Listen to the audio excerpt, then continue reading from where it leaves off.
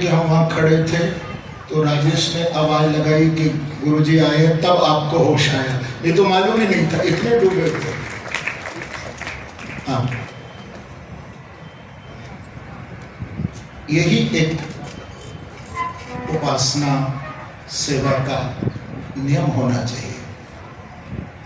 और जिस समय सेवा में व्यक्ति रहे तो कोई कितना बड़े से बड़ा कोई आ जाए, ठाकुर जी को नहीं छोड़ना चाहिए। हमारा ध्यान ठाकुर जी में ही होना चाहिए।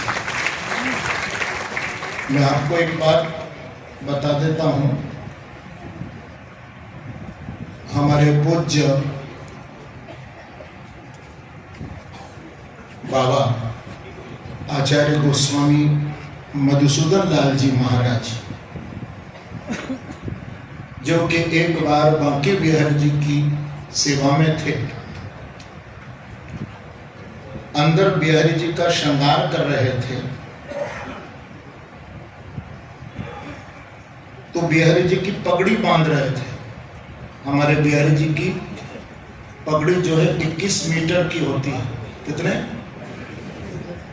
मेरी नहीं है इतनी बढ़िया, बिहारी जी की, पर उन्हीं का प्रसादी वस्त्र है, मैं धारण करता हूं। तो 21 मीटर की वो पगड़ी बिहारी जी की जब बांध रहे थे तो उनके साथ में एक और गोस्वामी थे, ठाकुर जी की का श्रृंगार हो रहा था, क्योंकि हमारे बिहारी जी के श्रृंगार में लगभग 2.5 घंटे लगता है। सुबह भी नवीन श्रृंगार होता है और रात्रि को भी बिहारी जी का नवीन श्रृंगार होता है। दोनों समय बांके बिहारी जी यमुना के जल से स्नान करते हैं। मुझे लगता है यहाँ भी रामलला सरयू जी के जल से स्नान करते हैं।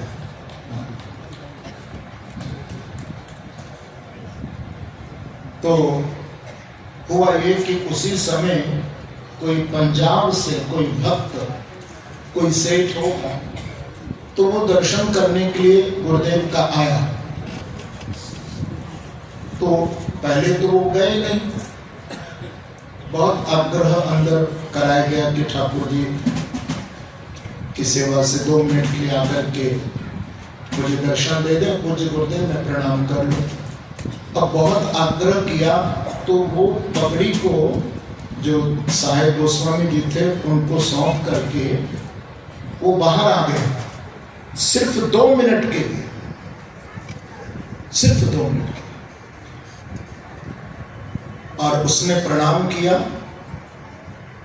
जब अंदर गए तब तक ठाकुर जी की पगड़ी, क्योंकि टाइम लगता है इसको बांधने में, आप सत्य मानना बिहारी जी महाराज गुस्से हो गए, अपनी पगड़ी ही ना बंधवाए कि मुझे छोड़कर के तुम क्यों गए।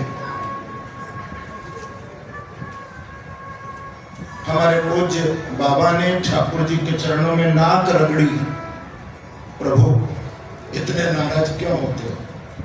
तो अंदर से ऐसी आवाज ठाकुर जी की आ रही थी, अब पुनः ऐसी गलती मत करना, मेरी सेवा को छोड़ करके तू कहीं और जाए। कहने का अभिप्राय यह है कि वास्तविकता में जब हम ठाकुर जी की सेवा में हो तो हम सेवक बनकर के ही वहां रहे, हमारा अन्य और ध्यान न जाए। तो मुझे कल जब मैं बहुत आधा घंटे खड़ा था, मैं हमारे तिवारी जी जब आरती कर रहे थे, मैं आपको बहुत गौर से देख रहा था। रामलला की आरती के समय आपका सारा ध्यान ठाकुर जी के मुखारविंद पर ही था। सत्य है, ऐसे ही हमें ठाकुर जी की सेवा करना चाहिए, पूजा करना चाहिए। एक वैदिक प्रणाली है, हमारे यहाँ 2 प्रकार की सेवा का शास्त्र में वर्णन है। एक नियम माने वैदिकी सेवा, और दूसरा है रागानुगा प्रेम। लेकिन कितना भी नियम क्यों ना हो, कितना भी वैदिक सेवा क्यों ना हो, लेकिन वैदिकी सेवा करते करते अंत में भक्त के अंदर रागानुगा प्रेम जागृत हो जाता है। कभी कभी तो मंत्र भी ठाकुर जी की सेवा में भूल जाते हैं।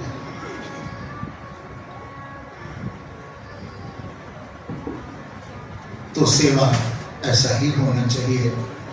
मैं बहुत गदगद हूँ, कल दर्शन करके आया, आँखों में अभी तक, क्योंकि पहली बार हम 30 साल के बाद आए, भगवान रामलला विराजमान हुए और दर्शन हुआ, मन अति प्रसन्न हुआ, अभी तक आंखों में वो छवि समाई हुई है।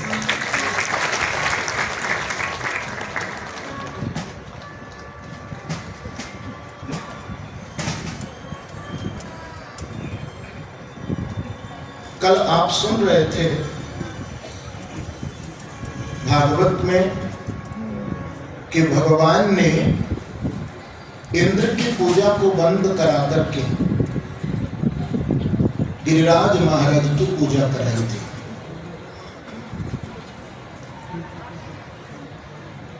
और गिरिराज महाराज कौन है? कोई पर्वत नहीं, शैलोष्मी।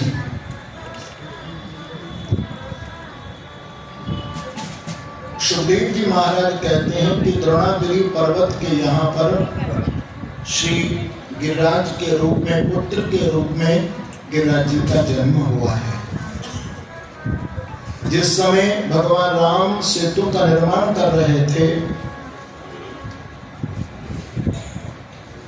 आप कथा जानते हैं कि हनुमान जी महाराज को भी शिला लेने के लिए भेजा गया था। हनुमान जी गए, पधारे थे, क्योंकि सभी वानर लेकर के आ रहे थे, पुल का निर्माण हो रहा था। तो हनुमान जी द्रोणागिरी पर्वत पर पहुंच गए और गिरिराज जी को उठा लिया। जब लेकर के चलने लगे राम की सेवा में, और ब्रज में जब हनुमान जी महाराज पहुंचे तो वहां से समाचार मिला कि सेतु का निर्माण हो चुका है, अब शिलाओं की आवश्यकता नहीं है। तो हनुमान जी ने श्री गिरिराज जी को ब्रज में ही विराजमान कर दिया। तो गिरिराज जी की आंखों से आंसू बहने लगे। उधर भगवान राम के पास जब ये समाचार पहुंचा तो भगवान राम ने गिरिराज जी के लिए समाचार भेजा, क्योंकि गिरिराज स्वयं कृष्ण है। भगवान राम ने कहा कि गिरिराज आप तो मेरा ही स्वरूप हैं, मेरे में और आप में कोई अंतर ही नहीं है, आप उदास मत होइए। मैं जानता हूं कि राम अवतार में मैं आपकी सेवा नहीं ले सका, लेकिन हे गिरिराज, जब मैं कृष्ण बन करके अवतार लूंगा तो स्वयं आकर के आपकी पूजा भी कराऊंगा और अपने हस्त कमलों पर आपको धारण भी करूंगा।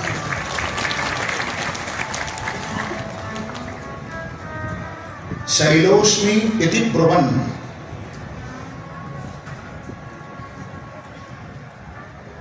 गिरिराज जी की पूजा जब हुई तो इंद्र ने कोप किया ब्रज ऊपर। कल आप कथा सुने थे।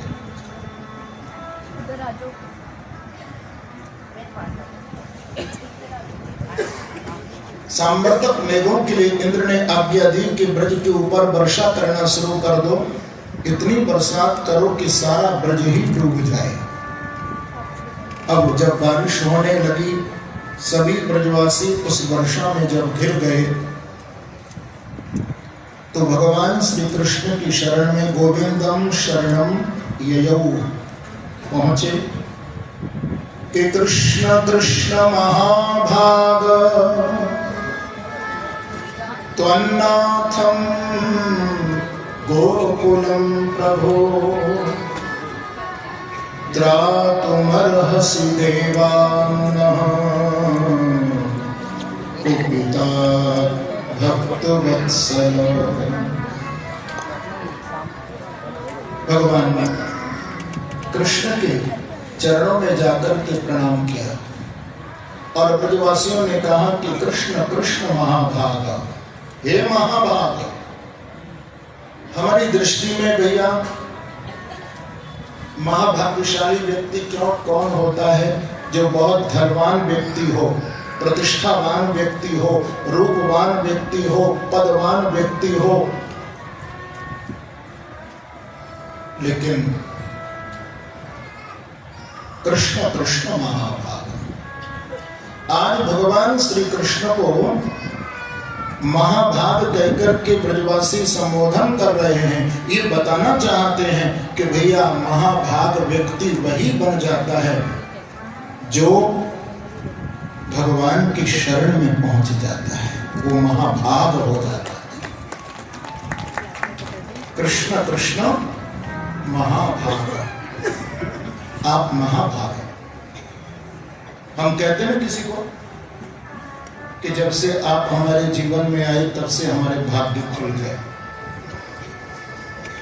हमारी तो लॉटरी लग गई, ऐसा हम कह देते हैं। किसी व्यक्ति के मिलने पर, किसी व्यक्ति से जुड़ने पर ऐसा हम कह देते हैं। तो ब्रजवासी भी आज भगवान श्री कृष्ण को श्रीमद् भागवत में कहते हैं कि कृष्ण कृष्ण महाभाग। आप से जुड़कर के हे महाभाग, हम महाभाग्यशाली हो गए।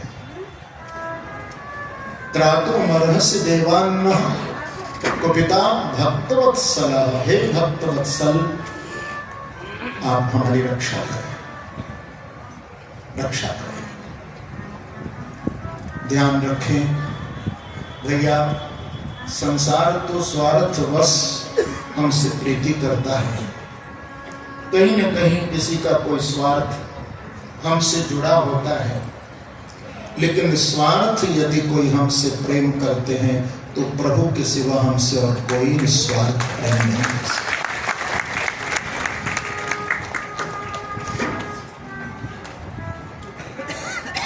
जब भगवान की शरण में ब्रजवासी पहुंचे तो भगवान उन ब्रजवासियों को लेकर के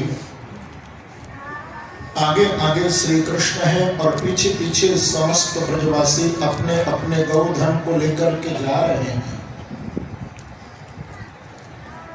कहां ले जा रहे हैं, क्या करने जा रहे हैं, किसी ब्रजवासी ने भगवान को पूछा तक नहीं। ऐसा शरणागत भाव होना चाहिए, ऐसा समर्पण प्रभु में होना चाहिए। अपने ही स्वरूप गिरिराज महाराज के पास भगवान लेकर के पहुंचे और अपने स्वरूप गिरिराज जी को प्रभु ने प्रणाम किया और पलक झपकते ही हस्तेन कृत्वा गोवर्धनाचलम, भगवान ने ब्रजवासियों की भक्तों की रक्षा करने के लिए अपने कनिष्ठा उंगली के नख के ऊपर गिरिराज महाराज को धारण कर लिया। बोलो गिरधारी भगवान।